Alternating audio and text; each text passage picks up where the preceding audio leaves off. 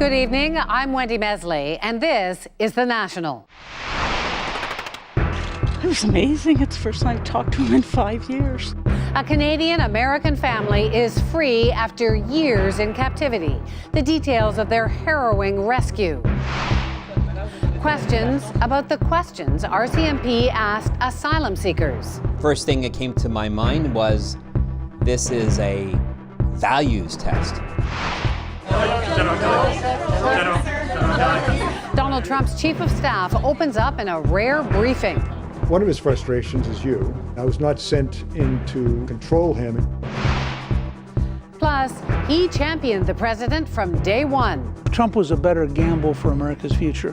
We sit down with Newt Gingrich to talk Trump and why a North American trade deal may come through.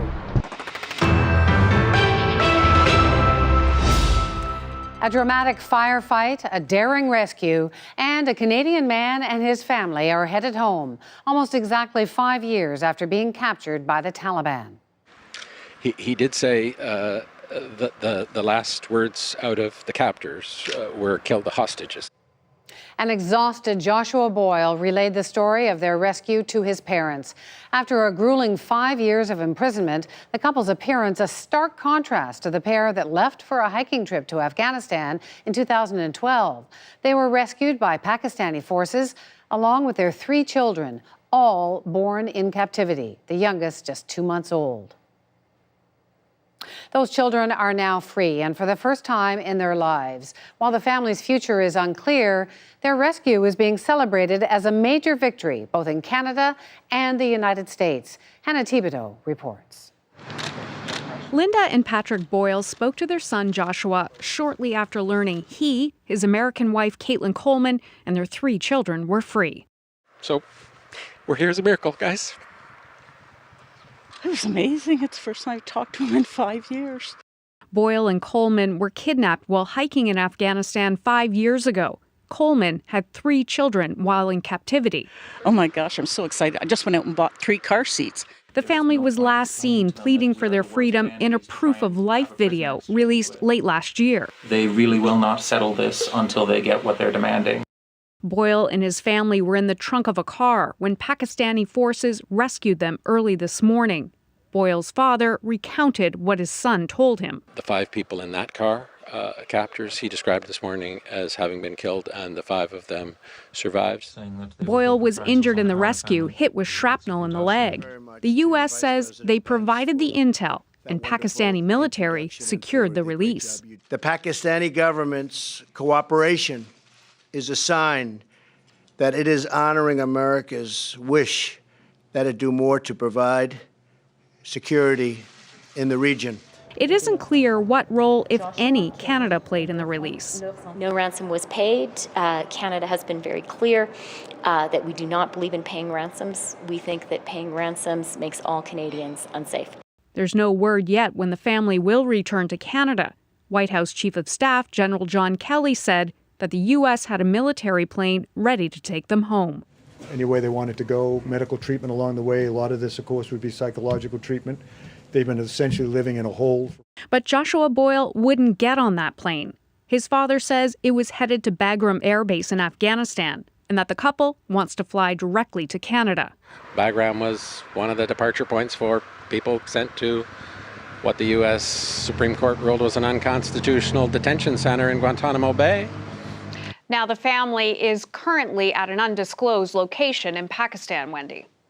So, Hannah, this family, it has a connection to another high-profile hostage. Tell us about that. Well, CBC News has learned that there is at least one other time that Boyle and his family were almost freed. Now, sources close to the former government say that back in 2014, the Obama administration told them that they were about to secure the release of an American soldier who had also been captured by the Haqqani network, and that potentially the family, the Boyle and his family, would be released at the same time. But in the end, only the soldier was freed. That soldier's name, Bo Bergdahl. And he was freed after the U.S. set 5 Afghani militants who were in Guantanamo Bay and released them. And really, we don't know why it fell through for Boyle and his family. A few secrets there. Thanks so much, Hannah. Hannah Thibodeau. Quite welcome. So you saw Joshua Boyle's parents in Hannah's story. Here's more of what they had to say. It was amazing. It's the first time I've talked to him in 5 years. So that was, it sounded like Josh. You know, he was a typical Josh. We saw it in his letters a lot. In his letters, he was very articulate always, and he always managed to talk to each of his siblings and that personally. So he kept it very personable, but he did talk about some of the horrific recovery, and it was pretty bad. So I think they were definitely traumatized a little. I think they're going to have obviously some really tough times. I don't think they're aware of it because they've kept themselves strong for so long for each other and for the kids. So I think it's a bit of, they think they can keep that up, but I think it's going to catch up with them, and they're probably going to have some real crashes, I expect, but we're here for them. He did say the last words out of the captors were kill the hostages, kill the bandies. Kate was very prophetic in her last video that we released last week in saying if all 5 of them get out alive, it will be a miracle. So we're here as a miracle, guys. As for today's release, we have nothing but great thanks for the U.S. government, obviously very involved from the White House and the President down to the people on the ground. Obviously the Canadian team, the Afghanistan government's been very involved. And, you know, I just have to emphasize that couldn't be more pleased with the performance of the sort of courageous soldiers of the Pakistan Army who managed to pull this off against all odds, no matter what intel they may have reported having received. These are five people, 3 under 5, all made it out alive. Obviously, there are logistical details left to figure out. They've been told it is their choice. All of them can come back to Canada. Josh's house is in New Brunswick, and we're ready for them here. Through all the tragedy, the strength of Josh and Katie through all of this, and it's helped them through. Both of them are just, their character is such that you're never going to, what's right is right in both their minds, and nothing will ever change them. Nobody will ever beat it out of them. If that's what the right thing is to do, that's what they'll do, and that's what's kept them strong throughout all of this. It's their faith and their character. So as horrific as it is, it's also good to see they're still Josh and Kate. The Fifth Estate's Habiba Nashin has been in contact with Joshua Boyle's parents throughout the last year, and she's got some insight on a very private family. She's in New York tonight. So, Habiba, Afghanistan, kind of an unusual choice for a hiking trip. Any idea why they were there? Yeah, it certainly is. And I think it baffled the family as well when they found out that their children had been there on a hiking trip. Initially, I know that the plan was that Kate and Josh were going to visit the stands. And Afghanistan was not part of that trip. It was only once they arrived and they sent the family an email letting them know that they had actually tagged along Afghanistan on their itinerary. Another unusual element is Joshua Boyle's history. So he was previously married to Omar Khadr's sister. What can you tell us about that? Yeah, that's right. You know, I actually asked Patrick Boyle, Josh's father, about that, and he had a slightly funny response to that. He said, well, what can I tell you? I guess Josh joins the lists of all these other great Canadians who also made terrible, poor marriage choices. What do you want me to say? So I think but I think it's important to remember that the authorities thoroughly vetted this connection to see if there was any link to his kidnapping with his first marriage. And they ruled that out long time ago, that it was just a really terrible coincidence. In your mind, is there any connection between that and his refusal to be flown back to Bagram Air Base? We heard the father speak about that today, just saying that he had philosophical problems with Bagram Air Base. Is there a link, but his interest in Muslim issues?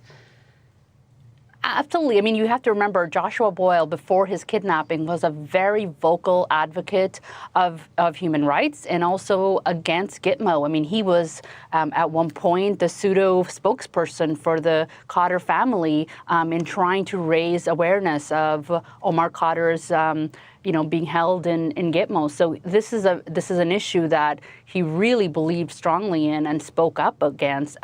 It's just really remarkable to see that even in moments where he's been rescued, that he has the resilience to say, no, I don't want to be rescued and taken to the U.S. And I think that speaks to the character of Josh, more than anything. This is a person with very strong views. Well, it was wonderful to see the parents so relieved and them today. So thanks so much, Habiba.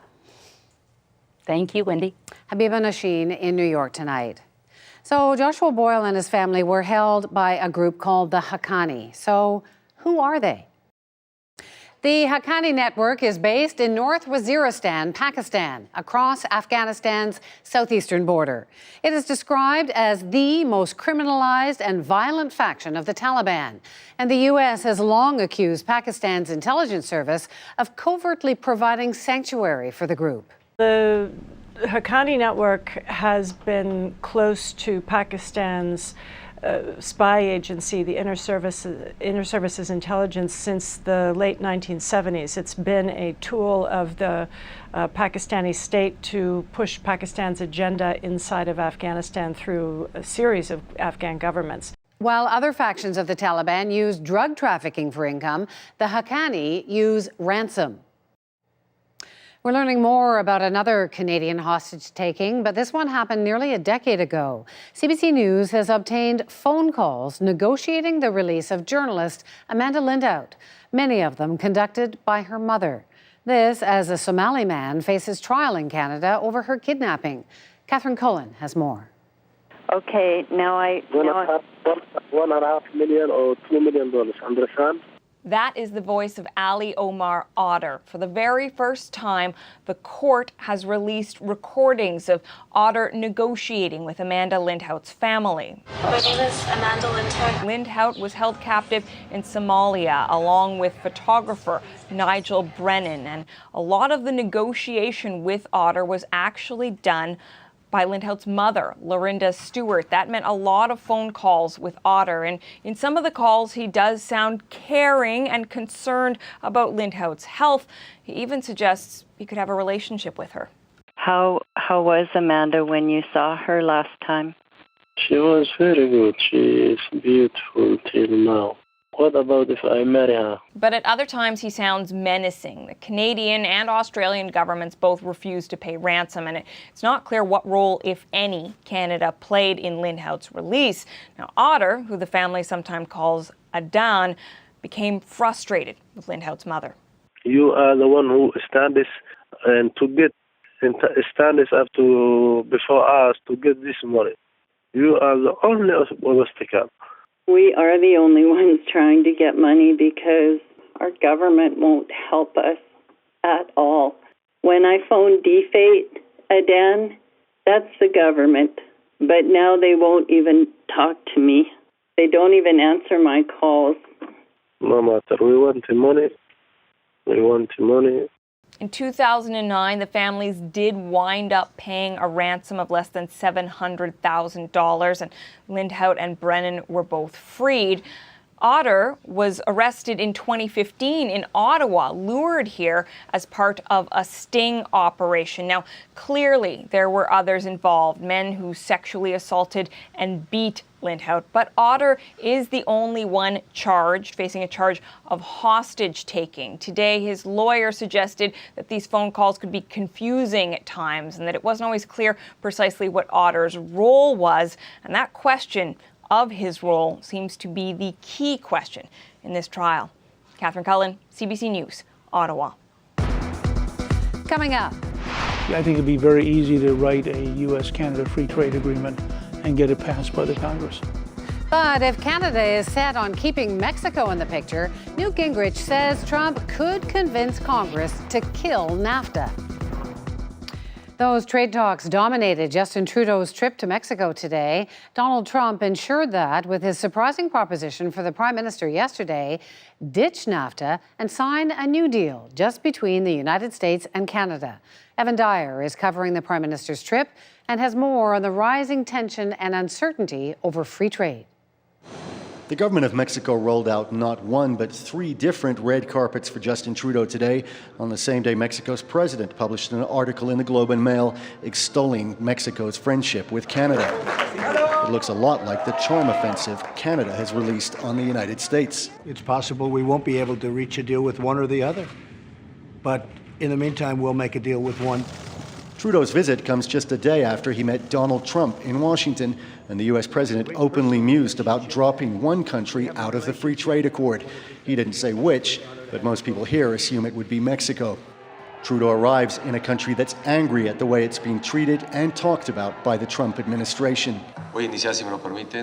Senior Mexican officials have warned this week that talks could collapse and have also warned that Mexico could walk away. No deal is better than a bad deal, they say, and Mexico can survive without NAFTA. But they would clearly prefer to save the treaty and hope Canada can help.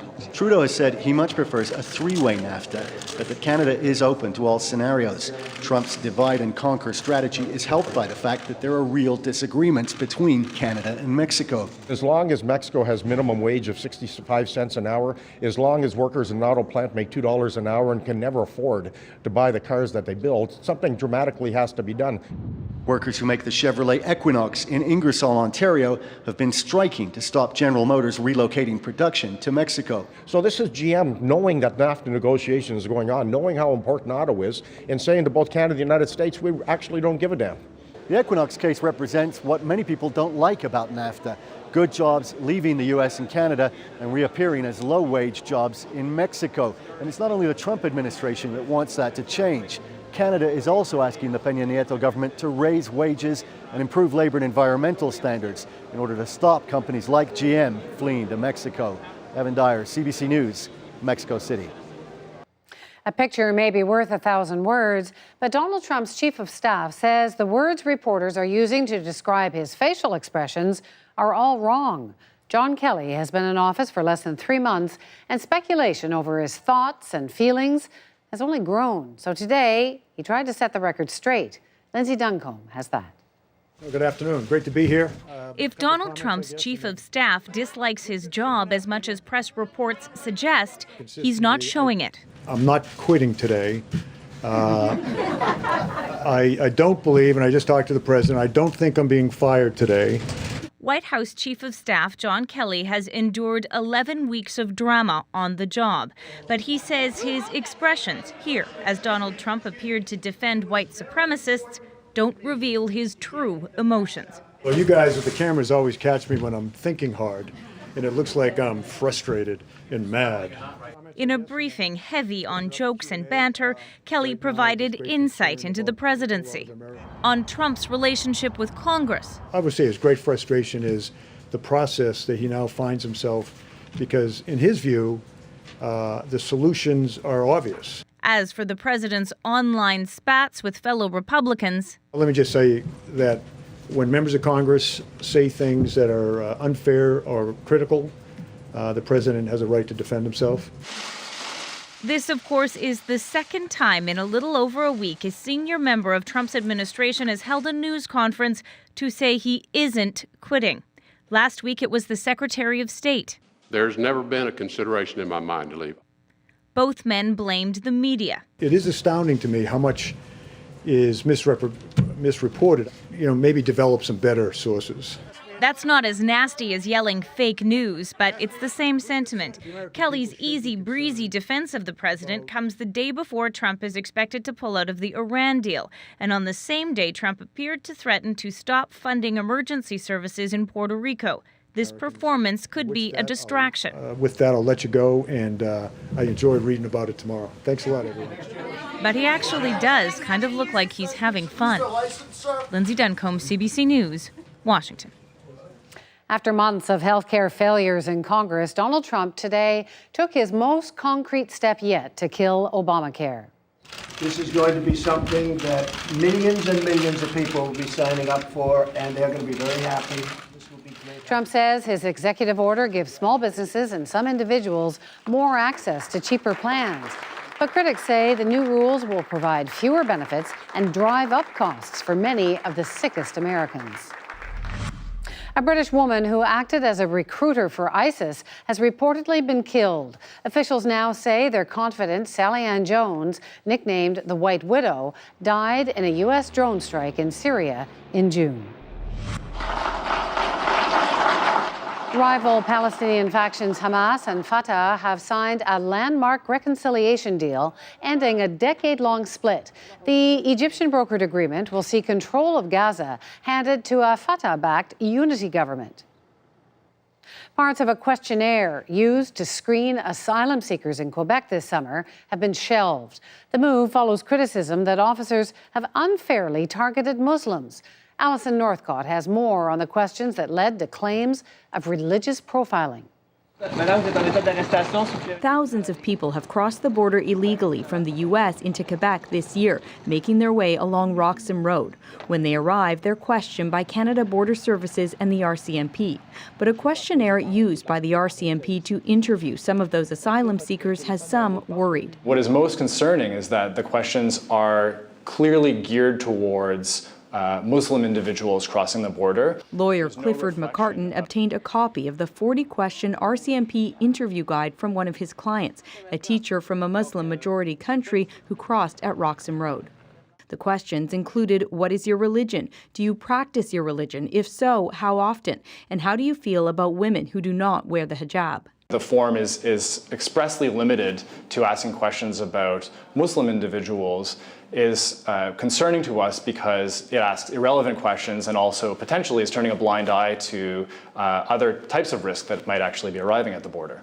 Canada's public safety minister says he was also concerned and says the RCMP has withdrawn the 3 problematic questions. The questions that relate to safety and security are perfectly appropriate, but those that imply that a religious view or a religious belief is somehow a security issue, those questions were wrong. He says the RCMP is now trying to figure out who at the local level developed the questions.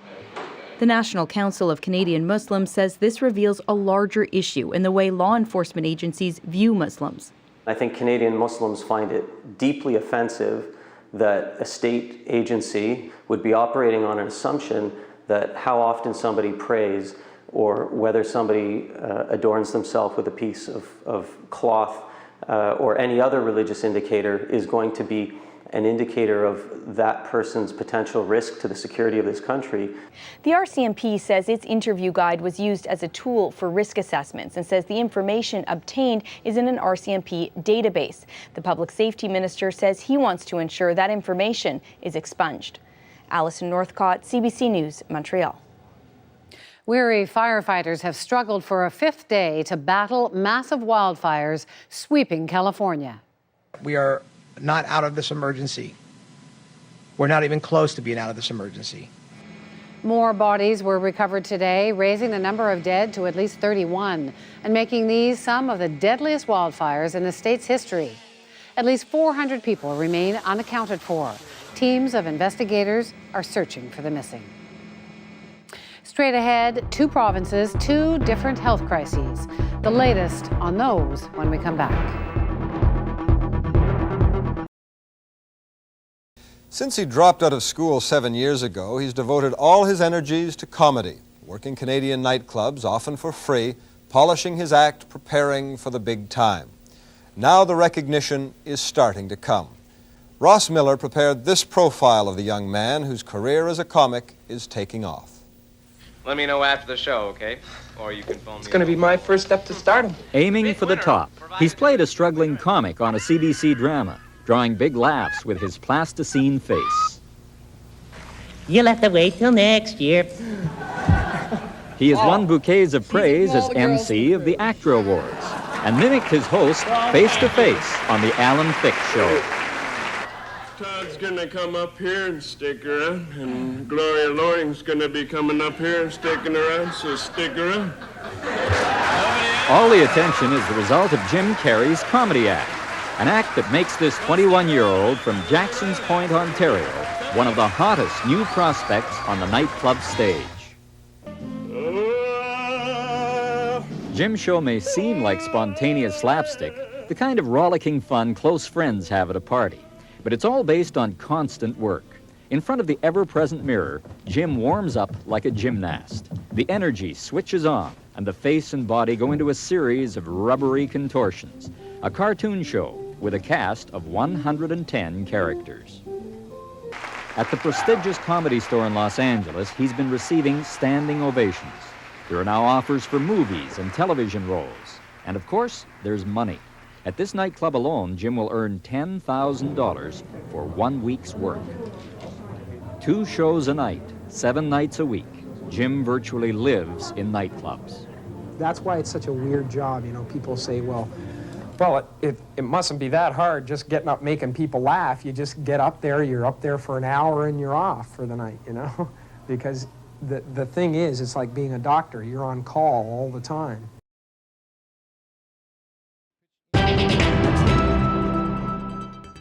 Doctors in Saskatchewan say the province is having an HIV/AIDS crisis affecting primarily Indigenous populations. Indigenous people made up nearly 80% of the 170 new cases this year. Saskatchewan has nearly triple the national average of new HIV cases, with remote areas disproportionately affected. The number of suspected overdose deaths in BC this year has now surpassed last year's total. More than 1,000 people have died so far in 2017, compared to the 922 in all of 2016. 4 out of 5 were men, and 3/4 were between the ages of 30 and 59. Fentanyl is suspected in the majority of the deaths, either taken alone or in combination with other drugs. Nova Scotia's Privacy Commissioner says student safety was put at risk this spring when live security video from inside a Cape Breton school ended up on a Russian website.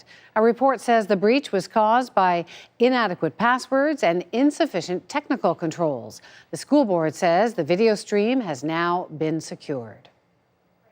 Adam Kargus was killed in an Ontario jail by his cellmate in 2013. Now we're getting a fuller picture of how he died. Newly released security video shows him being assaulted while guards watched. John Lancaster has the disturbing details tonight. Jail guards were warned by a nurse. Violent offender Anthony George seemed drunk in the middle of the day on so-called jail brew.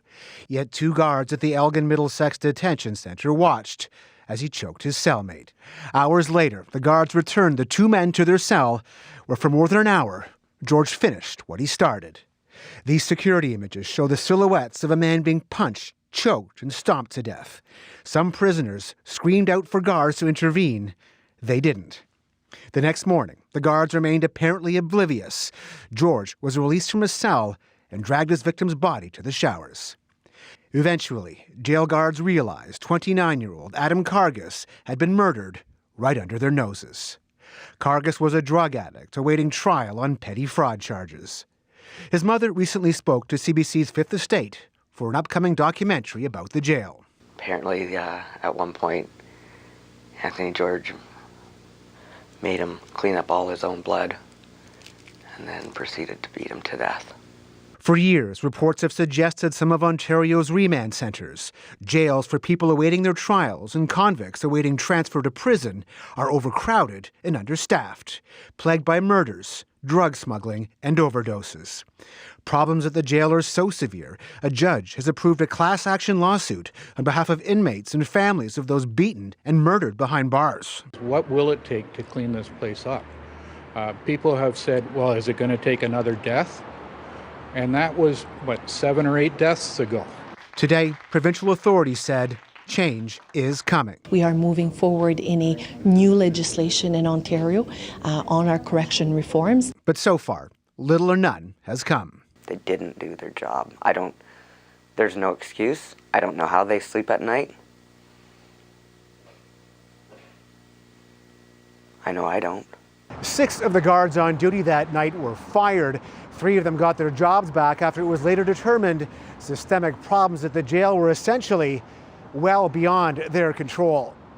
John Lancaster, CBC News, Toronto. Pro athletes taking on Donald Trump may seem like a recent issue, but turns out some teams haven't been his fan for years.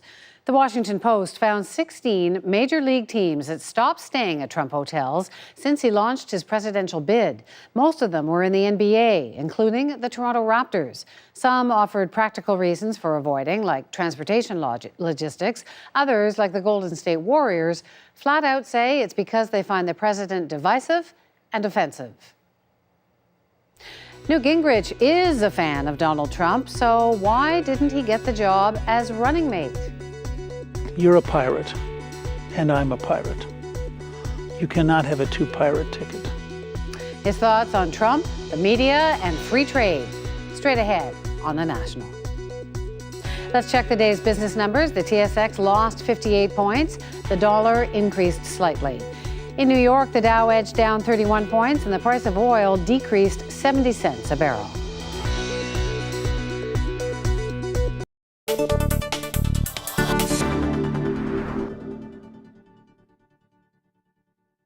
Today's events were part of a program which has been going on since Wednesday evening. Gays and non-gays mingled at the fair, some coming from as far away as Holland and California. Well, there are a few 100,000 gay people in the city of Toronto, and we felt that the organized gay community wanted to have a celebration of our culture, our community, and this is it. This is Gay Days. They say together they can work toward acceptance by general society. Though they marched through the streets today as they have before, the tone was less serious. There were no nightsticks, no confrontations. In the park, the atmosphere was festival. Gay pride is an expression we use to say that we're proud of our sexuality, that we're not ashamed to say that our lifestyle is worth living. More than 1,000 of the city's estimated 250,000 gays and lesbians celebrated with a sense of humor. They even found a way to laugh at AIDS. This is supposed to be a public celebration. It's ironic that at this event, some entertainers and some participants in the rally asked us not to take their picture. Gays and lesbians marching here fear reprisals for their lifestyle. A sweltering summer Sunday in the city. A day to meet friends. Lots of friends, as it turned out. It may have been the biggest block party of the season. The parade, too, was a hit, an indication of the self-confidence and self-assurance that lesbians and gays have acquired here in only a few years.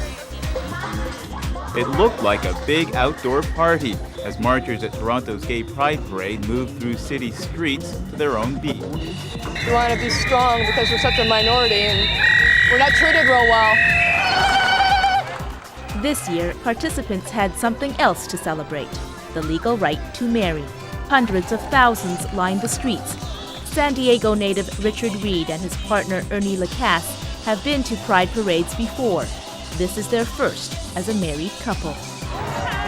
For them, and for their fellow June brides and grooms, this year's parade is indeed a happy one. They're circular, and the inside of the rim is scorched a little all around, and these circles are approximately 34 to 35 feet wide. It was a disc shape, and it had a dome in the middle. Oh, it was a beautiful ship. It was a creamy white color. It's as if a giant cookie cutter has stamped out circles. They range from 2 to 20 meters in diameter and come in a variety of patterns. Some swirl clockwise, others fan out from the center.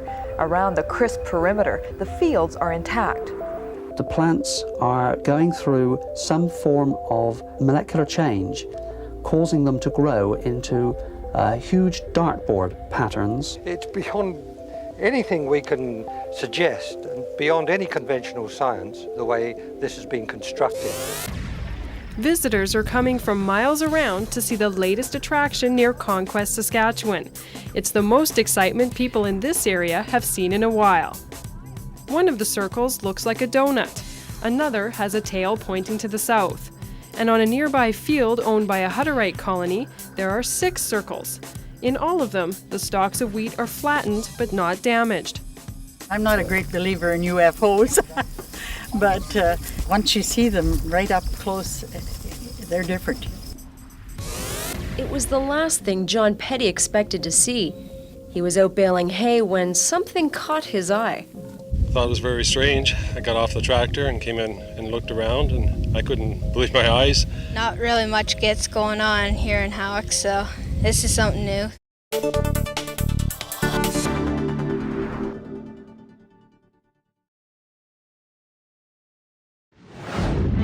Donald Trump is prompting a lot of soul searching in Washington these days.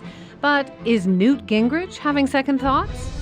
The longtime Republican is no stranger to partisan politics. He was the Speaker of the House during the Clinton presidency. He played a big role in shutting down the U.S. government over spending and other issues, and often had a hostile relationship with the Clintons. What about when you called Mrs. Clinton? You have no idea what I called Mrs. Clinton. Eventually, he resigned as Speaker. But in 2012, he ran for president with some bold ideas. We will have the first permanent base on the moon, and it will be American. So he's not afraid of unconventional thinking. That might explain his early support of Donald Trump. I endorse Donald Trump. I'm going to work very hard for the Republican nominee. Gingrich became a campaign advisor and was said to be on the short list as Trump's vice president. If you had an opportunity to help lead the country, I don't see how you could turn it down. Yes, at times he's been critical. This is one of the worst mistakes Trump has made. But overall, he's a staunch supporter of the U.S. president. Tonight, Gingrich was in Toronto as part of the Munk debate on American democracy and is promoting his new novel, Vengeance. I met up with Newt Gingrich earlier today. So nice to meet you. Good to see you. Familiar face. Good to be here. It's funny, I've seen you so often over the years, and you always look either like really happy and like you're having fun, or angry. Where are you now? Well, I'm happy right now, but it depends on your questions. I could get angry. I mean, depends on what you want. There was a news conference just this afternoon, the White House. The Chief of Staff, John Kelly, gave a pretty unprecedented news conference saying, you guys, you media, you're misreporting. All of these rumors are crazy. The White House is not unraveling. Pretty unprecedented for him to do something like that. I think it illustrates the sickness of Washington, that this is an administration which is disgusted with the pathological need of the elite media to pick and pick and pick and try to find every possible trivial thing to write about. I think these are senior guys. I mean, John Kelly's a 4-star Marine. Jim Mattis is a 4-star Marine. Tillerson was head of one of the largest companies in the world. But he's been quoted as calling Trump a moron. And so they find themselves dealing with reporters who are idiots. And the reporters trivialize the news. But Tillerson hasn't denied calling him a moron. But it doesn't matter. If he's a moron? No, he's not a moron. That's a different question. My point is, they have a chance to say, let's talk about policy with Korea, let's talk about policy with NAFTA, let's talk about policy with Russia. Oh, could we possibly gossip? Because we love gossip, and we hate having to deal with substance because it is so hard to understand. But it's more than just gossip. It's turning the Washington Press Corps into a bunch of juveniles who run around gossiping with each other as though they were 7th graders at the cafeteria. But it is more than just gossip. Bob Corker, he's a very senior Republican. He's chair of the Senate Foreign Relations Committee. He's on the record. You can hear him on tape, basically saying that the efforts to contain Trump are not working and that he is recklessly steering America towards a World War III. That's not gossip. No, then that's a legitimate, serious question to talk about. Although my hunch is in the next 2 weeks that Bob Corker and President Trump are going to make up and work together. What about World War III? I mean, does he need Well, hopefully containing? we're not going to have one. But what do you think? I mean, are you, in your book, you're talking about how the world is in a very dangerous place right now. I think we're in the greatest danger we've been in since the Cuban Missile Crisis.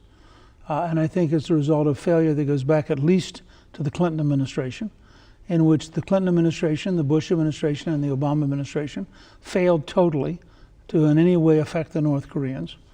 And the North Koreans have methodically developed a capacity to potentially destroy an American city. And are the tweets by the president making things better?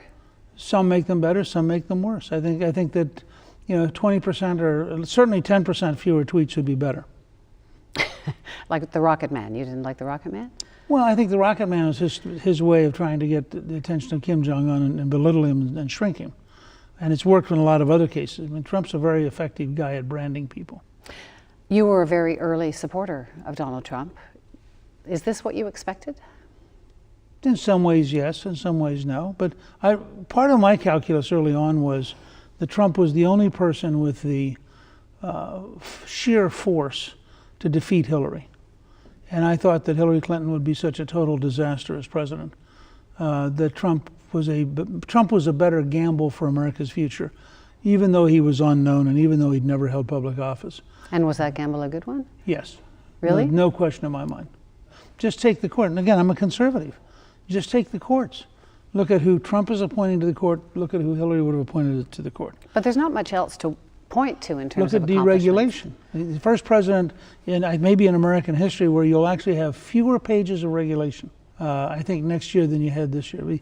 Remarkable change in the pattern of regulatory power, getting power back to the states. Look at the tax bill, the opposite of what Hillary did. He wants to cut taxes, she would have raised them.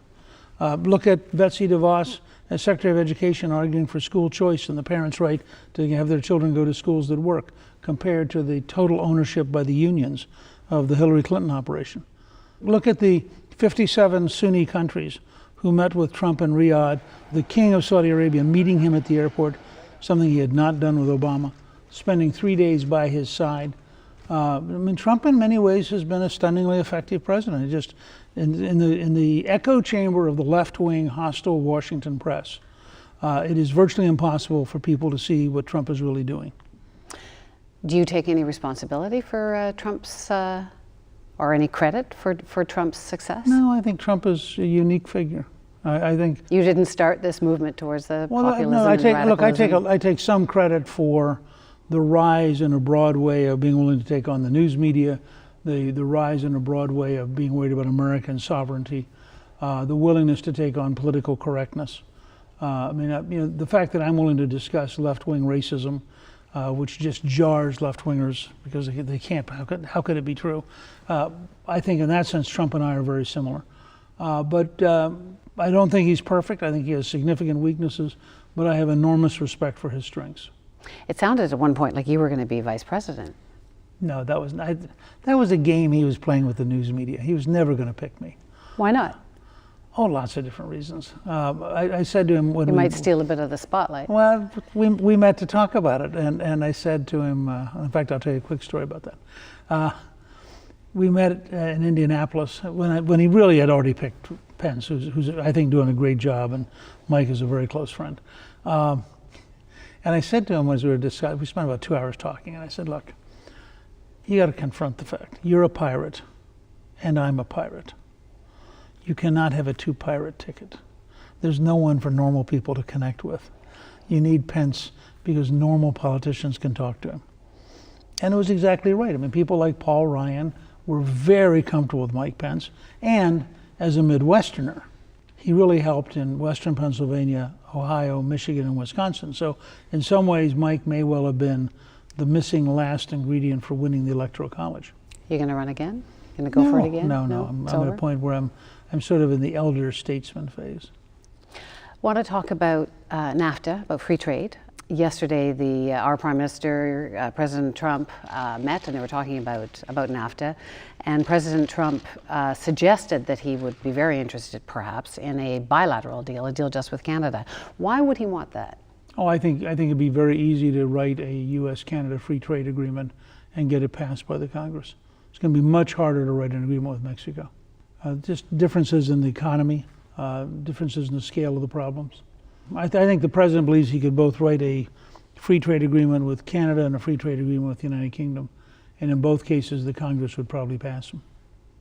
Prime Minister Trudeau has said no, he would prefer a deal that involved Mexico as well. And Trump suggested, well, maybe I'll just kill the whole thing. He said that a few times, but he couldn't get that through Congress, could he? So what's the thinking? I mean, if he kills it, he kills it. Well, no, you need the approval of Congress to kill it. I think if the president decided to kill NAFTA, he'd win it in Congress. Really? Yeah. So do you think that there will be an agreement on NAFTA? Yeah, I think it'll probably come after the Mexican presidential election, but I think there'll be an agreement. Coming up next, round 2. My conversation with Newt Gingrich gets heated. Is there anything But now notice how you just did this. Yeah. You take a quote which Tillerson denied happened. No, he didn't deny it. He has not denied calling him a moron.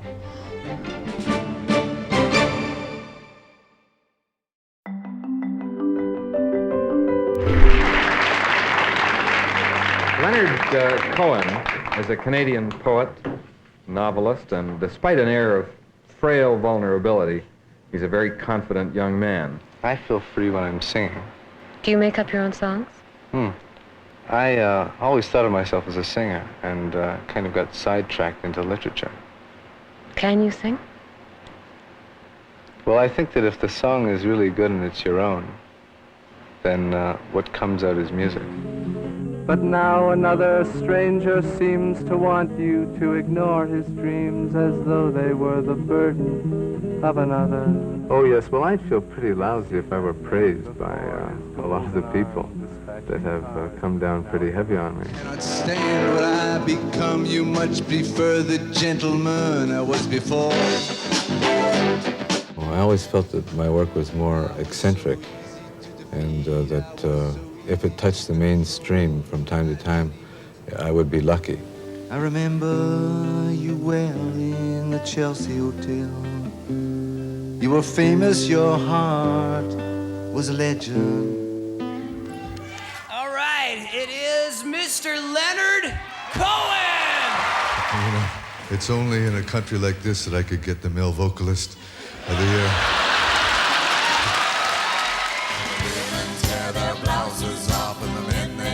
On the polka dots and his partner found and his partner and his hell to pay when the fiddler stopped.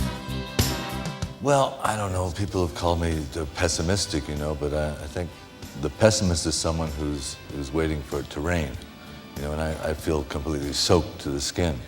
So It's clothes and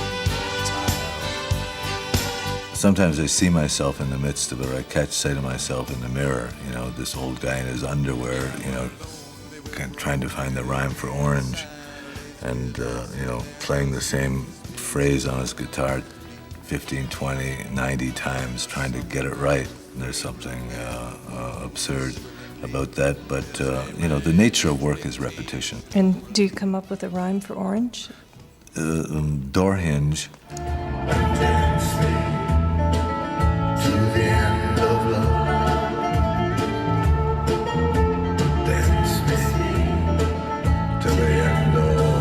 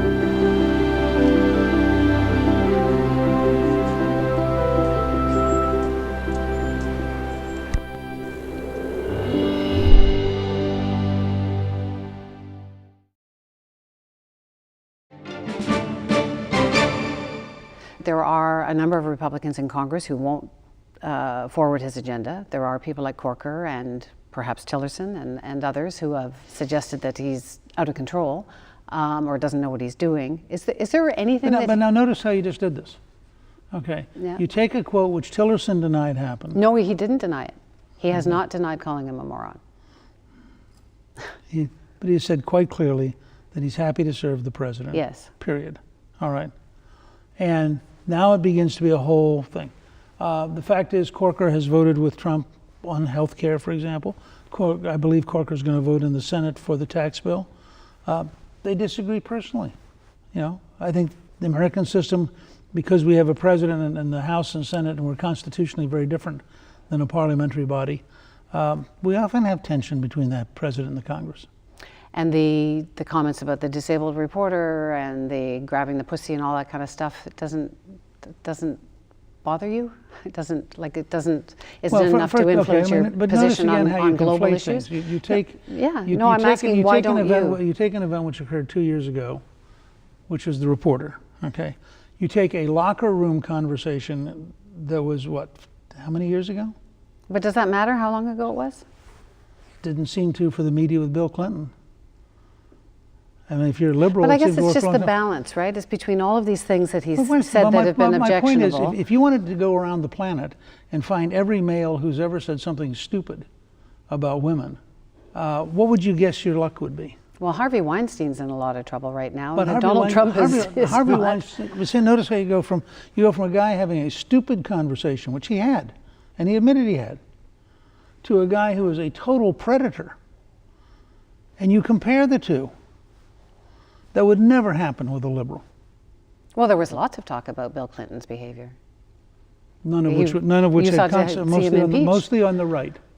Well, in fact, the impeachment was over perjury, which is a legal problem. He committed a felony about Monica Lewinsky. Right, and he lost his law license. Couldn't practice law in Arkansas when he left the presidency. But I'm just trying to figure out, because it sounds like you're still very much behind him. Behind Donald Trump. I think he said something stupid 15 years ago or whatever date that speech. But there's been a lot of things that a lot of people have called stupid, not just that one. The alternative was a woman who deleted 33,000 emails illegally, who ran a totally illegal server, whose foundation took money from the Russians and virtually everybody else on the planet. And if you want to talk about Russian influence in the United States, look at the Clinton Foundation. And so my choice wasn't between, Christ as a candidate and Donald Trump. My choice was a woman who I thought was both ideologically wrong and fatally flawed and totally corrupt. And now you've seen, it's been several months that he's been president, and he still has your trust, your support? I think that what he is doing to shake up Washington is what America needs. I think the system was badly broken. I think just what he's done on deregulation is historic, and I think what he's doing on judges is historic, and I think what he's doing on reasserting sovereignty. I wish that intellectual liberals would read his UN speech and realize how serious a speech it is. It's a very clear reassertion that sovereignty is at the center of the international order, not some kind of globalism.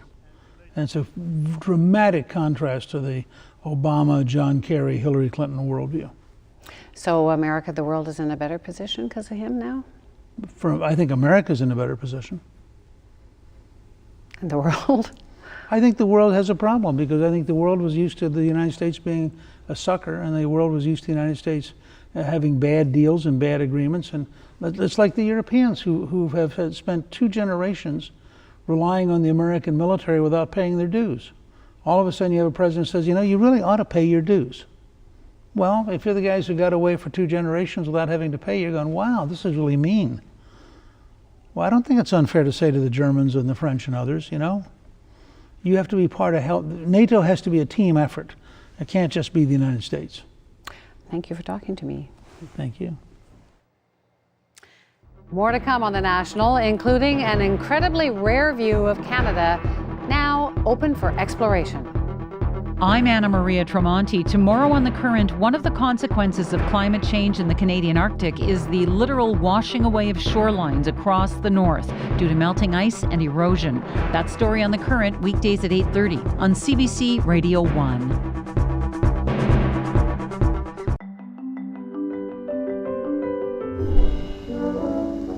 And the story of maple syrup is told on film. What better way to learn than by watching a movie on television?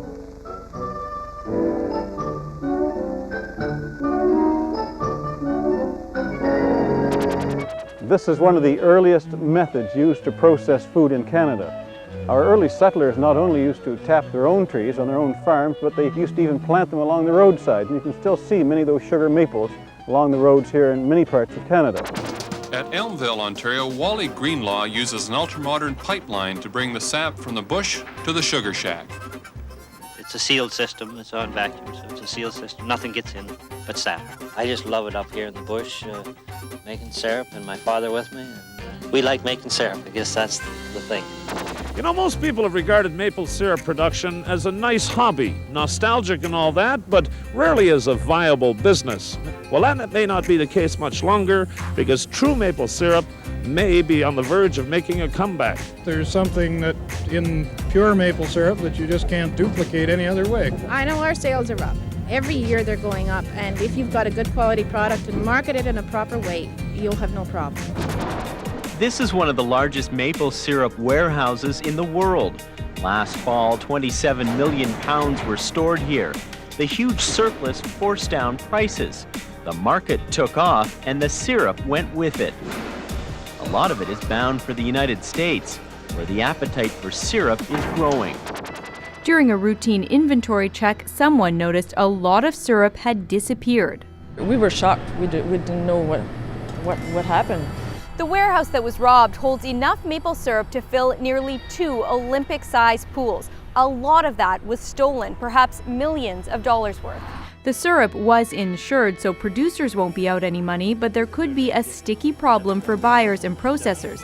They may have to compete with a black market of liquid gold. There is a human and poetic quality in maples, which is easily felt. Many farmers would no more part with their maple bush or orchard than with any precious heirloom.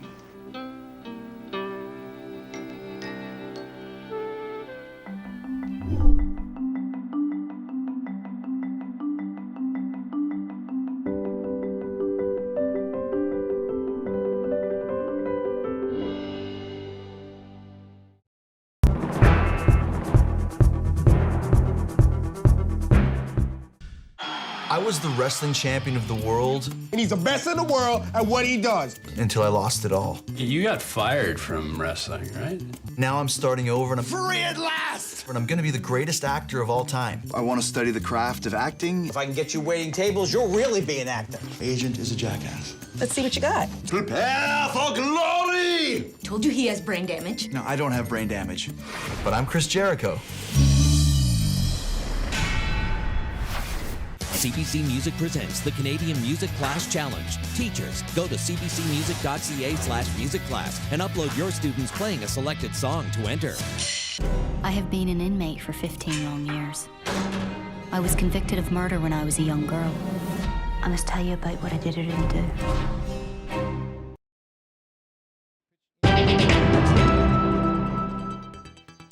Canada's most northerly national park is now available to explore right from your couch. Kootenirpa is in Google Street View. The park is so remote, fewer than 50 people visit each year, as the total cost of getting there can cost well over $10,000. Nick Murray gives us a tour. I'm standing in Sylvia Grinnell Territorial Park just outside of Iqaluit. Now across the territory, Nunavut has more than 115,000 square kilometers of protected parkland just like this one. That's more than the area of New Brunswick. Now 2,000 kilometers to the north that way is where Google recently sent its tracker technology to connect Canadians to the country's northernmost national park. Starting today, Canadians can explore Kootenirpa National Park through Google Street View. At 800 kilometers from the North Pole, it's one of the most remote areas in Canada. The Google tracker, if I remember correctly, was a whirlwind. I think they were there for about 5 days. Google gave its 50-pound tracker backpack to 2 of Parks Canada's staff to lug around and gather footage. Over those 5 days, they covered 30 kilometers on foot. There's probably hardly anywhere else in the world where you can go for a hike for a few days or a week or two, and you're not going to see jets flying over you. You're not going to meet anybody else. You'll hardly see any other human footprints. And just that sense of solitude, I think, is something that's very difficult to find in our world these days. Parks Canada is hoping the new Google Street View will inspire more people to actually visit the park. Right now, only about 25 tourists go there a year. Parks Canada does charter a plane there from Nunavut. You can get a seat for a mere $7,000. Nick Murray, CBC News, Iqaluit. Before we go tonight, here's another look at our top story. After 5 years in captivity, Canadian Joshua Boyle and his family have been rescued from the Taliban. Boyle's parents spoke to him this morning for the first time since the kidnapping. He did say the last words out of the captors were kill the hostages, kill the bandies. The couple's 3 children were all born in captivity. They are expected to return to Canada soon. And that's the National for this Thursday night. For news at any hour, you can always go to cbcnews.ca. I'm Wendy Mesley. Thanks for watching.